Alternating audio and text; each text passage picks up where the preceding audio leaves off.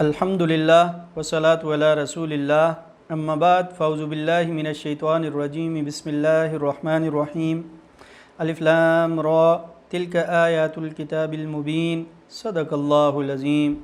سامعین عزیز قدر، آج سورہ یوسف کا خلاصہ بیان کریں گے۔ اس سورہ مبارکہ کے نازل ہونے کی وجہ یہ ہے کہ کچھ یہود نبی کریم صلی اللہ علیہ وسلم کے پاس آئے اور یہ سوال کیا کہ ہمارے آباء و اجداد بنو اسرائیل وہ فلسطین سے مصر کیسے منتقل ہوئے؟ تو نبی کریم صلی اللہ علیہ وسلم کے اوپر اس وقت سورہ یوسف مکمل نازل ہوئی اور اس میں یہ بتایا گیا کہ بنو اسرائیل کس طرح فلسطین سے مصر منتقل ہوئے۔ اس کے علاوہ اس سورہ مبارکہ میں حضرت یوسف علیہ السلام کا تذکرہ ایک تفصیل کے ساتھ اور ایک تسلسل کے ساتھ اللہ سبحانہ و تعالیٰ نے بیان فرمایا، اور اس میں نبی کریم صلی اللہ علیہ وسلم اور صحابہ کرام کو ایک تسلی بھی ہے کہ جس طرح یوسف علیہ السلام کو ابتداءً کنویں میں ڈالا گیا، پھر وہ مصر چلے گئے، یعنی اپنا علاقہ چھوڑنا پڑا۔ صحابہ کرام کو نبی کریم صلی اللہ علیہ وسلم کو بھی شروع میں تکلیفیں برداشت کرنا پڑی، اپنا علاقہ مکہ چھوڑنا پڑا، مدینہ کی طرف ہجرت کرنی پڑی۔ پھر اسی طرح نبی کریم صلی اللہ علیہ وسلم فاتح بنے تو یوسف علیہ السلام نے بھی اپنے بھائیوں کو جب ان کو عزیز مصر بنے تو معاف کر دیا۔ نبی کریم صلی اللہ علیہ وسلم نے بھی فتح مکہ کے اوپر اپنے مکہ کے جو لوگ تھے، اپنا جو آبائی علاقہ تھا، ان لوگوں کو معاف کر دیا۔ یوسف علیہ السلام بھی عزیز مصر بنے، یعنی مصر کے جو ہے وہ سلطنت جو ہے وہ ان کے حصے میں آئی۔ نبی کریم صلی اللہ علیہ وسلم نے بھی جب ہجرت فرمائی تو پھر مدینہ منورہ میں اسلامی ریاست کا قیام فرمایا۔ تو یہ ایک مسلمانوں کے لیے تسلی بھی تھی اور ساتھ یہودیوں کو جواب بھی تھا۔ اب اس سورہ مبارکہ میں ابتداءً اللہ سبحانہ و تعالیٰ نے حروف مقطعات لائے اور اس کے بعد قرآن کریم کی حقانیت کو بیان کیا۔ فرمایا تلک آیات الکتاب المبین، اس کتاب کی آیتیں جو حق کو واضح کرنے والی ہیں۔ یہ حق اس قرآن کریم سے واضح ہو جاتا ہے۔ اگر کوئی شخص یہ چاہتا ہے کہ وہ باطل سے بچ جائے اور حق کی طرف آ جائے تو وہ قرآن کریم کے قریب ہوتا جائے گا، حق کے قریب ہوتا جائے گا۔ اس سے آگے فرمایا کہ ہم یہ جو قصہ بیان کر رہے ہیں یہ بہترین قصہ ہے اور یہ نبی کریم صلی اللہ علیہ وسلم کی طرف وحی کیا گیا۔ وَإِن كُنْتَ مِن قَبْلِهِ لَمِنَ الْغَافِلِينَ، جبکہ اس سے پہلے نبی کریم صلی اللہ علیہ وسلم کو، صحابہ کرام کو اس قصے کی خبر نہیں تھی۔ اس سے آگے ترتیب کے ساتھ اور تفصیل کے ساتھ یوسف علیہ السلام کے واقعے کی ابتدا ہوتی ہے۔ ابتداً ان کے ایک خواب کا ذکر کیا گیا کہ یوسف علیہ السلام نے یہ خواب دیکھا کہ 11 ستارے اور سورج اور چاند یہ ان کو سجدہ کر رہے ہیں۔ انہوں نے اپنے والد حضرت یعقوب علیہ السلام سے اس کا ذکر فرمایا تو والد محترم نے یہ جواب دیا کہ تم اپنے اس خواب کو اپنے بھائیوں کے ساتھ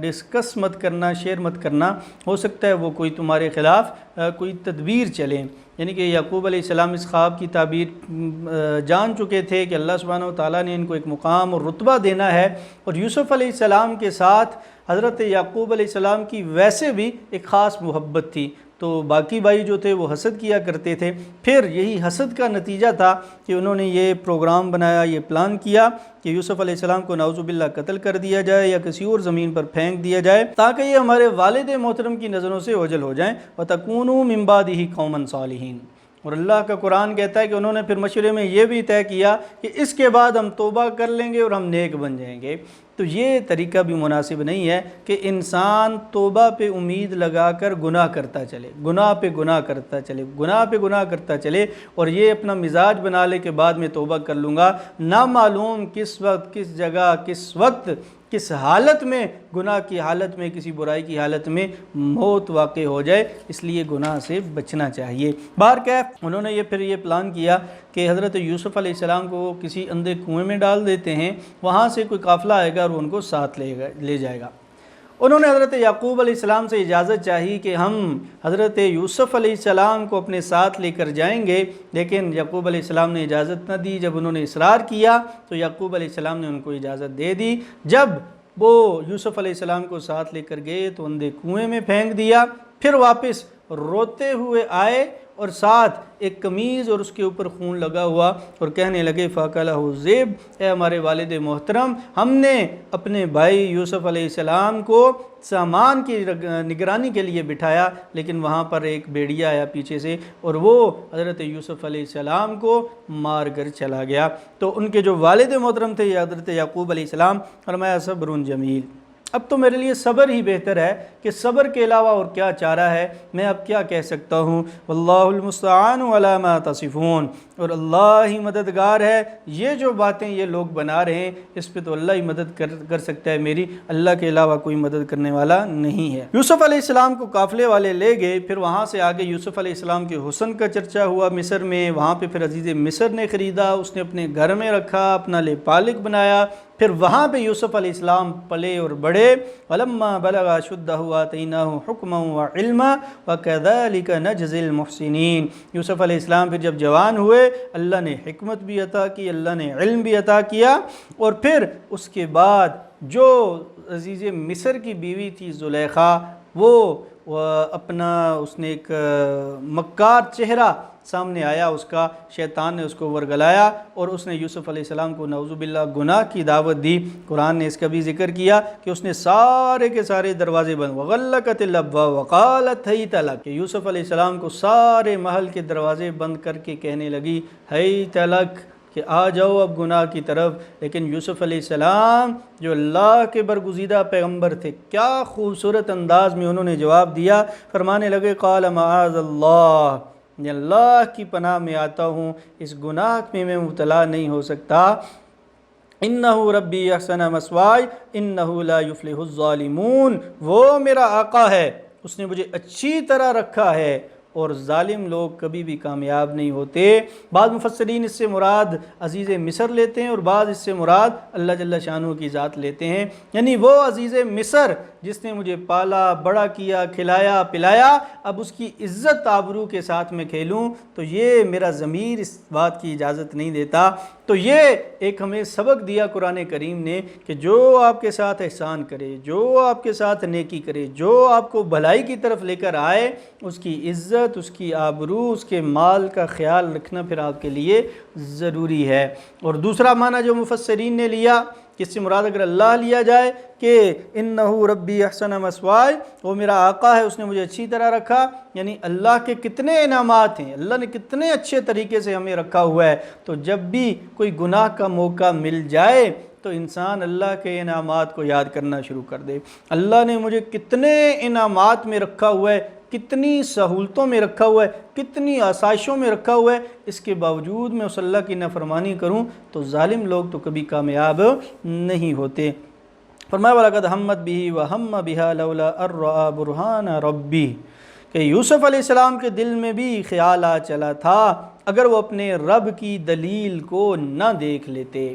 یعنی اس عورت نے جب بلائی کی طرف بلایا تو یوسف علیہ السلام کے دل میں بھی خیال آیا۔ تو اس کی ایک مثال آپ یوں سمجھ لیجئے کہ رمضان میں آپ نے روزہ رکھا ہوا ہے اور آپ کے سامنے پانی لایا جاتا ہے، تو اب آپ دیکھیں کہ آپ کا بالکل بھی ارادہ نہیں ہے کہ آپ روزہ توڑیں، لیکن آپ کے دل میں، آپ کے مزاج میں طبعی طور پہ ایک میلان پانی کی طرف جاتا ہے کہ یہ پانی ہے اور پیاس انسان کو لگی ہوتی ہے، تو وہ جو طبعی میلان ہے قرآن کریم نے اس کا ذکر کیا اور ساتھ یہ بھی کہہ دیا کہ اللہ سبحانہ وتعالیٰ کی دلیل تھی، اللہ سبحانہ وتعالیٰ کی برہان تھی، وہ نبوت تھی، وہ یعقوب علیہ السلام کسی شکل میں آئے، وہ کوئی فرشتہ آیا، وہ اللہ کی طرف سے حضرت یوسف علیہ السلام کو مدد آئی، جس صورت میں بھی آئی اللہ کی دلیل، اللہ کی برہان، اللہ کی مدد آئی اور یوسف علیہ السلام اس گناہ میں مبتلا نہیں ہوئے۔ پھر اس سے آگے جیسا کہ وہ عورتوں کا مکر ہوتا ہے کہ اس نے اپنی مکاری چلائی زلیخا نے،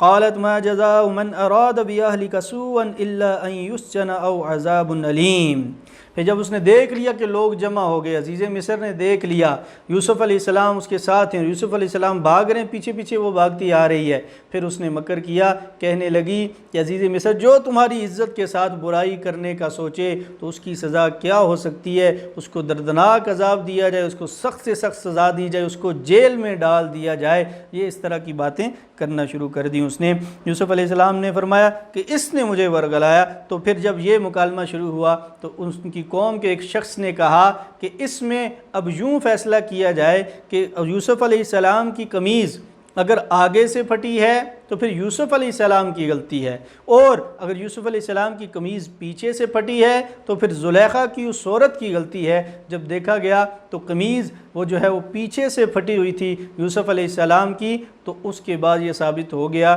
کہ اس میں جو غلطی تھی وہ زلیخا کی تھی، یوسف علیہ السلام کی نہیں تھی۔ تو جیسا کہ ایک مزاج ہے بادشاہانہ کہ اپنے اگر کوئی غلطی کریں تو اس پہ پردہ ڈال دیں، اور غریب کوئی غلطی کرے تو اس کو سزا دے دی جائے۔ تو جب بادشاہ نے دیکھا، ان کے بڑے سرداروں نے دیکھا، وزیروں نے دیکھا کہ اب اس خاندان کی عزت خاک میں ملی جا رہی ہے، تو پھر کہنے لگے یوسف عارض عن ھذا واستغفری لذنبک، اور جو یوسف علیہ السلام تھے ان سے کہنے لگے کہ بس ٹھیک ہے، اس سے اعراض کریں، اور زلیخا کو بھی کہنے لگے کہ تم بھی جو ہے استغفار کرو اپنے اس گناہ کے اوپر۔ اب جب یہ واقعہ سارا رونما ہوا تو زلیخا کے دربار میں جو عورتیں تھیں، جو وزیروں کی بیویاں تھیں یا اور جو عورتیں تھیں، انہوں نے باتیں کرنا شروع کر دیں کہ دیکھو یہ اپنے غلام کو دل دے بیٹھی، اس نے اپنے غلام کو جو ہے برائی کی طرف بلایا اور اس نے اپنی عزت خاک میں ملا دی۔ زلیخا نے پھر ان کا امتحان لینے کے لیے یوسف علیہ السلام کو بلایا اور ان عورتوں کو سامنے بٹھایا، ان کے ہاتھوں میں چھریاں دیں، ان کے ہاتھوں میں سیب اور فروٹ دیے۔ جب یوسف علیہ السلام ان کے سامنے سے گزرے تو پھر وہ کہنے لگیں قُلْنَا حَاشَ لِلَّهِ مَا هَذَا بَشَرًا إِنْ هَذَا إِلَّا مَلَكٌ کریم۔ انہوں نے اپنے ہاتھوں کو کاٹ ڈالا اور ان کی زبانوں سے بے اختیار یہ نکلا کہ یہ تو انسان نہیں ہو سکتا، بشر نہیں ہو سکتا، یہ تو کوئی فرشتہ یا کوئی اور مخلوق ہے۔ اللہ نے یوسف علیہ السلام کو بے پناہ حسن سے نوازا تھا، بے پناہ خوبصورتی، بے پناہ جمال اور ایک کشش حضرت یوسف علیہ السلام کے چہرہ مبارک میں تھی۔ پھر اس سے آگے یہ ذکر کیا گیا کہ یوسف علیہ السلام کو دھمکی دی زلیخا نے کہ اگر تم یہ کام نہیں کرو گی جس کی طرف میں بلا رہی ہوں تو لَيُسْجَنَنَّ وَلَيَكُونَ مِنَ الصَّاغِرِينَ، کہ تمہیں جیل میں ڈالا جائے گا۔ کیا خوبصورت یوسف علیہ السلام نے جواب دیا، اور یہ بہترین نبوت کے مزاج کے مطابق جواب دیا۔ یوسف علیہ السلام فرمانے لگے قال رب السجن احب الی مما یدعوننی الیہ، یہ جو قید خانے کا مجھے دھمکی دے رہی ہے قید کرنے کی، اے میرے رب مجھے یہ قید خانہ زیادہ محبوب ہے اس سے جس گناہ کی طرف یہ بلا رہی ہے۔ اللہ والوں کا اپنا مزاج ہوتا ہے، ان کے لیے قید خانے میں راحت ہے اور گناہ میں ان کا دل تنگ ہوتا ہے، ان کا ضمیر تنگ ہوتا ہے۔ تو یہ ایک نبوت کا مزاج تھا، یوسف علیہ السلام نے یہ جواب دیا۔ اور آج ہمیں بھی یہ سوچنا چاہیے کہ کتنے گناہ کے مواقع ملتے ہیں، کتنے گناہ کا کام کرنا آسان ہو چکا ہے، بے حیائی کے، بدکاری کے، سود کے، جھوٹ اور اس طرح کے گناہ کتنے عام ہو چکے ہیں، ان سے بچنا مشکل ہے۔ آج کل ان سے بچنا ایسے ہی سمجھا جاتا ہے جیسے انسان جیل میں چلا گیا، کہ یہ تنہا پسند انسان ہے، یہ باتیں نہیں کرتا، یہ گپ شپ نہیں کرتا، یہ معاشرے کی جو ہے وہ مجبوریاں نہیں سمجھتا۔ تو یہ اللہ والے جو ہوتے ہیں وہ تنہائی کی اس قید کو زیادہ اچھا سمجھتے ہیں، وہ خاموش رہنے کو زیادہ اچھا سمجھتے ہیں، وہ اپنی غریبی کو زیادہ اچھا سمجھتے ہیں اس امیری سے جو امیری سود کے ذریعے ان کے پاس آئے، وہ اس غریبی کو اچھا سمجھتے ہیں اس امیری سے جو کسی کی تلفی کرنے سے ان کے پاس آتی ہے۔ تو یہ قرآن نے ایک مزاج دیا کہ کوئی تکلیف پریشانی آئے، اگر گناہ کا موقع ملے پھر بھی وہ گناہ چھوڑ دیتے ہو اور اللہ اور اس کے رسول کی طرف آ جاتے ہو، تو اس قید میں، اس تنہائی میں، اس غریبی میں، اس فقیری میں، اس گناہ چھوڑنے میں بھی اللہ تمہیں ایک خاص لذت عطا فرمائیں گے۔ پھر اس سے آگے فرمایا کہ یوسف علیہ السلام کو جیل میں ڈال دیا گیا، جیسا کہ بادشاہوں کے ہاں ہوتا ہے کہ اپنی عزت بچانے کے لیے وہ جو ہے نا کردہ گناہوں کی سزا بھی لوگوں کو دیتے رہتے ہیں۔ یوسف علیہ السلام جب جیل میں گئے تو ان کے پاس پھر دو نوجوان ان کے ساتھ تھے، ان دونوں نے خواب دیکھے، اس کا ذکر کیا۔ تو ان میں سے ایک کہنے لگا انی ارانی آصر خمرا، کہ میں دیکھ رہا ہوں کہ میں شراب کو نچوڑ رہا ہوں، اور دوسرے نے کہا کہ انی ارانی احمل فوق راسی خبزا تاکل الطیر منہ، کہ دوسرے نے خواب دیکھا کہ میرے سر کے اوپر اس طرح روٹیاں پڑی ہوئی ہیں اور پرندے آ کر وہ روٹیاں کھا رہے ہیں۔ یوسف علیہ السلام نے فرمایا اللہ نے مجھے تعبیر کا علم دیا اور کھانا آنے سے پہلے میں تمہیں ان خوابوں کی تعبیر بھی بتا دوں گا۔ لیکن پھر یوسف علیہ السلام نے اس سے پہلے ان کو توحید کی دعوت دی۔ فرمایا کہ میں اپنی قوم میں تھا، وہ لوگ ایمان لانے والے نہیں تھے۔ پھر فرمایا کہ میرے آبا و اجداد حضرت اسحاق، حضرت یعقوب علیہ السلام، حضرت ابراہیم علیہ السلام یہ شرک سے پاک تھے اور اللہ کی ذات شرک سے پاک ہے۔ پھر فرمایا یا صاحب السجن، اے میرے جیل کے ساتھیو، ارباب متفرقون خیر ام اللہ الواحد القہار، کیا زیادہ معبود وہ بہتر ہیں یا ایک اکیلا معبود بہتر ہے؟ اگر زیادہ معبود ہوں گے تو ان کو راضی کرنا مشکل ہے، ایک معبود کو، ایک الہ کو راضی کرنا آسان ہے۔ زیادہ معبودوں کا فیصلہ کرنا مشکل ہے، ایک الہ کا فیصلہ کرنا آسان ہے۔ تو یہ تو عقلی طور پہ بھی یہ سمجھ جانا چاہیے کہ الہ، معبود، سجدے کے لائق، عبادت کے لائق وہ ایک اللہ کی ذات ہونی چاہیے۔ تو یہ انہوں نے ایک دعوت دی توحید کی۔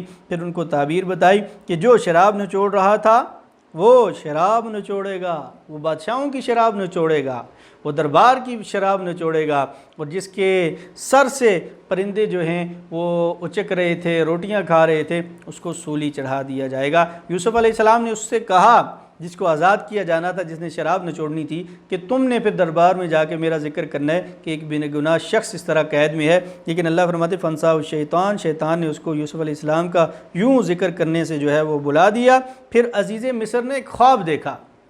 اس کا ذکر کیا گیا۔ بادشاہ نے خواب یہ دیکھا کہ 7 موٹی تازی گائے ہیں اور 7 دبلی پتلی گائے ہیں، اور یہ دبلی پتلی گائے ان موٹی تازی گائے جو ہیں ان کو کھا رہی ہیں۔ پھر اسی طرح 7 جو ہیں وہ بالیاں دیکھیں اور وہ ہری بری، اور 7 بالیاں دیکھیں وہ بالکل خشک تھیں۔ تو یہ جو نوجوان تھا، اس نے جب اس خواب کو سنا اور عزیز مصر خواب کی تعبیر پوچھ رہا تھا تو اس کی ذہن فوراً یوسف علیہ السلام کی طرف گیا۔ پھر اس نے بتایا کہ اس طرح ایک نوجوان ہے۔ پھر وہ یوسف علیہ السلام کے پاس گیا، یوسف ایھا الصدیق افتنا فی 7 بقرات سمان یاکلہن 7 عجاف، یعنی کہ وہ سارا واقعہ پھر وہ بیان کیا۔ تو یوسف علیہ السلام سے وہ خواب کی تعبیر اس نے سنی۔ یوسف علیہ السلام نے خواب کی تعبیر یہ بیان فرمائی کہ یہ جو 7 بالیاں جو ہیں یہ ہری بری ہیں، یہ خوشحالی کے سال ہیں، اور یہ جو 7 خشک بالیاں ہیں یہ پھر اس 7 خوشحالی کے سالوں کے بعد 7 سال قحط کے ہوں گے۔ یہ جو ہری بری جو ہے گائے ہیں اور یہ جو دوسری کمزور گائے ہیں، تو اس کا مطلب یہ ہے کہ خوشحالی کے سالوں میں وہ سامان تم ذخیرہ کر لو کھانے پینے کا، اور پھر جب وہ قحط سالی کے سال آئیں گے تو اس سے یہ مراد ہے جو گائے کھا رہی ہے کہ وہ پھر جو تم نے ذخیرہ کیا ہوگا وہ آہستہ آہستہ ان 7 سالوں میں تم استعمال کرو گے، تو اس قحط سالی میں تم زیادہ تکلیف سے بچ جاؤ گے۔ جب یہ خواب بادشاہ کے سامنے تعبیر بیان کی گئی تو بادشاہ تو حیران ہو گیا۔ اس نے کہا ان کو بلایا جائے دربار میں، لیکن یوسف علیہ السلام نے فرمایا کہ جب تک یوسف علیہ السلام کی بے گناہی ثابت نہیں ہوگی، یوسف علیہ السلام جیل سے باہر قدم نہیں رکھیں گے۔ فرمایا بادشاہ سے کہا جائے کہ وہ جو اس کے دربار کی عورتوں کا واقعہ ہے اس کے بارے میں تحقیق کی جائے۔ پھر عزیز مصر نے ان عورتوں کو بلایا اور انہوں نے یوسف علیہ السلام کی بے گناہی کی گواہی دی۔ قلنا حاشا للہ ما علمنا علیہ من سوء قالت امرأة العزیز الآن حسحس الحق انا راودته عن نفسه وانه لمن الصادقین۔ عورتوں نے بھی بے گناہی کی گواہی دی۔ عزیز مصر کی بیوی بھی پھر بول اٹھی کہ بے شک میری طرف سے ہی کمزوری تھی، میں نے ان کو گناہ کی طرف بلایا تھا۔ انہ لمن الصادقین، وہ تو سچوں میں سے تھے، وہ تو گناہ کی طرف آنے والے نہیں تھے۔ کمال نبوت دیکھیں، ابدیت کی انتہا دیکھیں، تواضع اور انکساری کی انتہا دیکھیے یوسف علیہ السلام میں۔ پھر بھی وہ فرمانے لگے وما ابرئ نفسی ان النفس لامارۃ بالسوء الا ما رحم ربی، میں اس کے باوجود اپنے نفس کو جو ہے وہ بری الذمہ قرار نہیں دیتا۔ نفس امارہ انسان کو وسوسوں کے ساتھ گناہوں کی طرف بلاتا رہتا ہے۔ الا ما رحم ربی، اللہ جس پہ رحم نہ کرے وہ گناہوں میں مبتلا ہو جاتا ہے، اور جس پہ اللہ رحم و کرم کر لے تو وہ گناہوں سے بچ جاتا ہے۔ تو یہ یوسف علیہ السلام کی ایک عاجزی اور ان کی تواضع تھی۔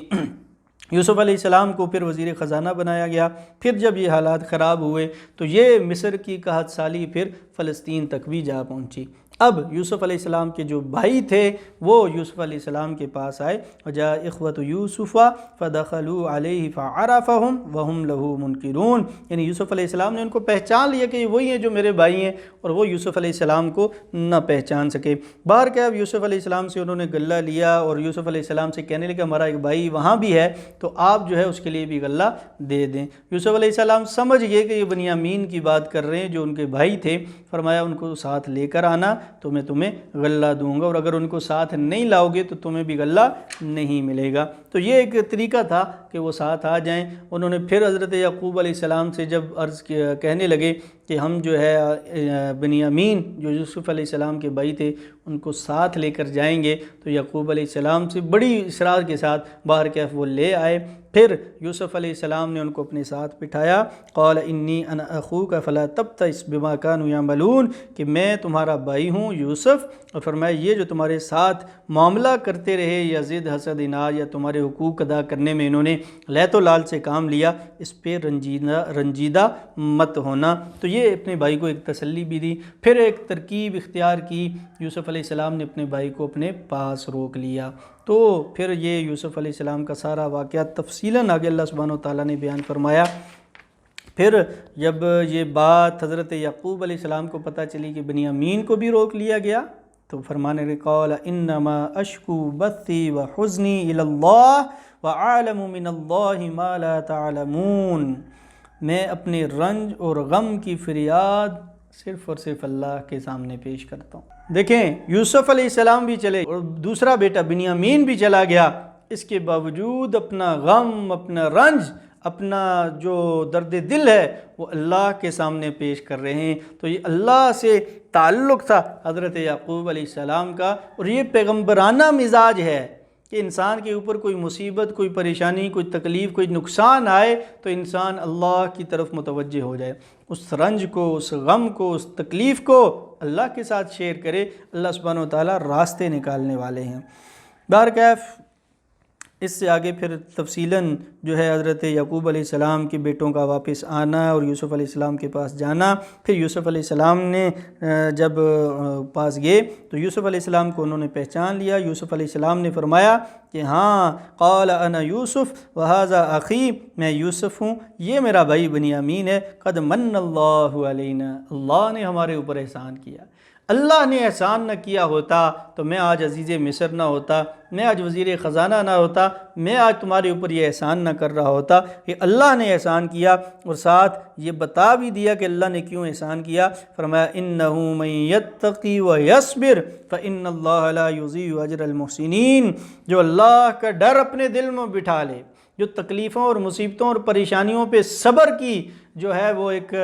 گرہ مضبوط لگا لے، تو اللہ سبحانہ و تعالیٰ ایسے نیک کام کرنے والوں کے اجر کو ضائع نہیں فرماتے۔ تو اللہ سبحانہ و تعالیٰ کا احسان اور فضل ہے۔ فرمایا لا تثریب علیکم اليوم، آج تم پر کوئی ملامت نہیں ہوگی، اپنے بھائیوں کو معاف کر دیا۔ تو یوسف علیہ السلام نے اپنی قمیض مبارک دی، یعقوب علیہ السلام نے اپنی آنکھوں سے لگائی، ان کی بینائی واپس آئی، اور یہ سارے پھر حضرت یعقوب علیہ السلام اور ان کے گھر والے اور یہ بیٹے، یہ پورا خاندان جو ہے وہاں سے پھر فلسطین سے مصر منتقل ہو گیا۔ ورفع ابویہ علی العرش وخروا له سجدا وقال یا ابت ھذا تأویل رؤیای من قبل قد جعلها ربی حقا۔ یوسف علیہ السلام کے دربار میں، ان کے سلطنت میں جب یہ لوگ آئے تو انہوں نے اپنے والدین کو تخت پر بٹھایا، ان کے بھائی سارے سجدے میں گر گئے۔ یہ تعظیمی سجدہ تھا ایک، اور ان کی شریعت میں شاید یہ سجدہ جائز بھی تھا۔ تو بہر کیف یوسف علیہ السلام فرمانے لگے یہ وہ خواب ہے جو میں نے پہلے دیکھا تھا، وہ خواب آج اللہ نے سچ کر دکھایا۔ تو یہ اللہ سبحانہ و تعالیٰ نے جو ہے احسانات جو فرمائے حضرت یوسف علیہ السلام پہ، ان کا پھر ذکر کیا۔ احسن بی اذ اخرجنی من السجن، کہ اللہ نے مجھے قید خانے سے نکالا، آپ لوگوں کو دیہات سے یہاں لایا۔ پھر فرمایا میرے اور میرے بھائیوں کے درمیان شیطان نے وہ فساد ڈال رکھا تھا، حقیقت یہ ہے کہ میرا پروردگار جو کچھ چاہتا ہے اس کے لیے بڑی لطیف تدبیر کرتا ہے۔ یعنی اللہ سبحانہ و تعالیٰ نے یوسف علیہ السلام کو مصیبت اور پریشانی میں تو مبتلا فرمایا، لیکن اس کے بعد اللہ سبحانہ و تعالیٰ نے آسانی بھی فرمائی، تو سارے انعامات اللہ سبحانہ و تعالیٰ کی طرف منسوب فرمایا ذالک من انباء الغیب نوحیہ الیک وما کنت لدیہم اذ اجمعوا امرہم وہم یمکرون۔ اے پیغمبر، یہ تمام واقعہ غیب کی خبروں کا ایک حصہ ہے، نوحیہ الیک، یہ آپ کی طرف وحی کیا گیا ہے۔ یہ آخر میں سورہ مبارکہ کے بتایا گیا کہ اللہ نے یہ غیب کی خبر، یہ جو ماضی میں ایک قصہ گزرا یوسف علیہ السلام کی زندگی تھی، یہ اللہ نے آپ تک پہنچایا۔ یہ اب یہودیوں کو بتائیں اور ان کو بتائیں کہ یہ اللہ کا قرآن ہے، یہ نبی کریم صلی اللہ علیہ وسلم نعوذ باللہ خود نہیں بناتے، اس لیے ان کو چاہیے کہ وہ آپ صلی اللہ علیہ وسلم پہ ایمان لے کر آئیں۔ ہمارے لیے فرمایا لَقَدْ كَانَ فِي قَصَصِهِمْ عِبْرَةٌ لِأُولِي الْأَلْبَابِ، اس قصے میں عقل والوں کے لیے عبرت کا بڑا سامان ہے۔ یوسف علیہ السلام کی زندگی دیکھیں، پھر گناہ کی طرف بلانا دیکھیں، پھر گناہ سے بچنا دیکھیں، پھر اس کو اللہ کا رحم اور فضل قرار دینا، پھر جیل میں جانا، پھر وہ مصیبتیں برداشت کرنا، پھر اس کے بعد اپنی بے گناہی ثابت کر کے جیل سے نکلنا، اور پھر جب اللہ نے عروج دیا، جب اللہ نے جاہ و جلال دیا، جب اللہ نے پوری قوت اور طاقت دی اور بادشاہ بن گئے، اس کے بعد اپنے بھائیوں کے ساتھ رویہ، یہ بھی ہمارے لیے ایک عبرت کا سامان ہے کہ ہم لوگ جب عروج پر ہوں، جب پیسے کے ساتھ ہوں، جب مالدار ہوں، تو اپنے بھائیوں کا بھی خیال رکھیں۔ اللہ سبحانہ و تعالیٰ کہنے سننے سے زیادہ عمل کرنے کی توفیق عطا فرمائے۔ اس سورہ مبارکہ میں جو بھی باتیں بیان ہوئیں ان کو اپنانے کی توفیق عطا فرمائے۔ وآخر دعوانا الحمدللہ رب العالمین۔